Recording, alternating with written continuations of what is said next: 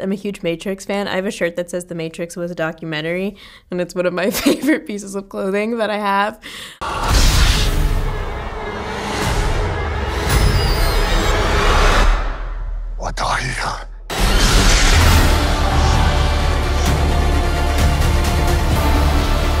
She is just an embodiment of, I think, of a powerful female action star on screen.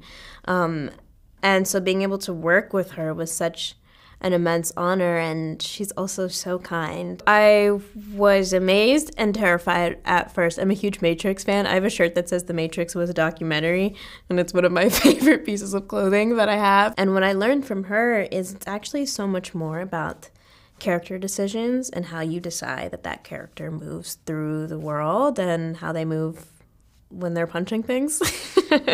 You know, because every person is unique, every person's individual, so it's not about being perfect, it's just about being the character. She was my student. I trained her.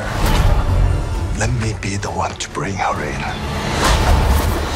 It was so easy to play the characters just because there's no way not to be playing them when you're in that costume and in that makeup, and then you step on that set, which is completely practical. And then they give you a lightsaber. Like, yeah. Lightsaber? I'm like, of course. Thank you. Yeah, they're so casual about it Just as well. put it on. And then they take it when you leave. Lightsaber? Sure. Yes. Yeah, we had force training, and of course we had Leslie Headland as the main resource and the scripts. Yeah, and then we went through really intensive stunt training and force training and force meetings, which are really fun, which is just like you sit at a desk with all the force users and you just get to ask Pablo, who's basically the all-knowing being of Star Wars, any questions you have. I mean, we had months of training prior to this, and I know myself being cast a little bit before that, we had time to watch a lot and to go back. And I mean, I think you mentioned in the beginning of this, is seeing a lot of these established Jedi's performances and what was brilliant about it, what maybe didn't work, and how we can make ours our own. And it's a lot of there's just so many tools, there's so many resources to pull from, especially in the Star Wars world. Yeah. I trained a lot. I trained a lot before we started filming. I trained for the entire shoot whenever I wasn't filming. And I learned so much, and it was such a cool opportunity to learn this kind of choreography. I discovered I have such a deep love for it because it's like dance, but just, just a lot more violent. In the name of peace. But that peace is a lie. One of the references that Leslie calls back to all the time, Crouching Tiger, Hidden Dragon. Some of the films that we love are Seven Samurai.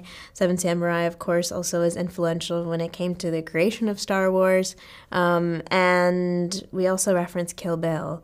So I think it was important for Leslie as a filmmaker to kind of follow this lineage of the sort of cultural conversation and dialogue between Eastern cinema and Western cinema.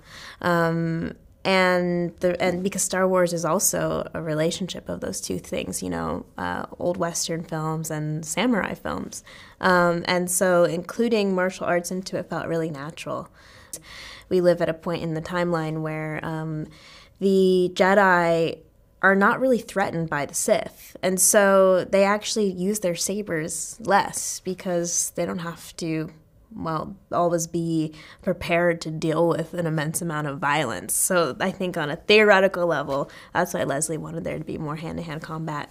Oh, I have a bad feeling about this. Is a line that, taken out of context, is just like, I do have a bad feeling about what is going to happen. Yeah. When I first read it, I didn't make the connection. It wasn't until I said it on set and we had recorded it, and one of our crew members came up to me and was like, hey, how's it feel? And I was like, to speak? It feels great. David. Cute. So it hit me a little later than it really should have. And actually, that was probably safe, because then I would have been thinking about it and it would have screwed me up. You're right. I would have been in my head. So I didn't know, and that was great. Yeah. I'm insanely claustrophobic, and I keep admitting this, and I probably shouldn't, but once we put on the harness to do a little bit of the fly work, I got freaked out. I had a little bit of a panic attack one day because of that. And it's surprising how that kind of creeps up to you. Yes, it's very sudden. But I think it's that, in vein with that, the pressures that come along with doing something that is such a big IP, of living up to what so many fans are expecting, you know, not being able to grasp. There's no ability to even grasp what is expected. that kind of unnecessary and illogical fear is the worst parts of being in something so brilliant.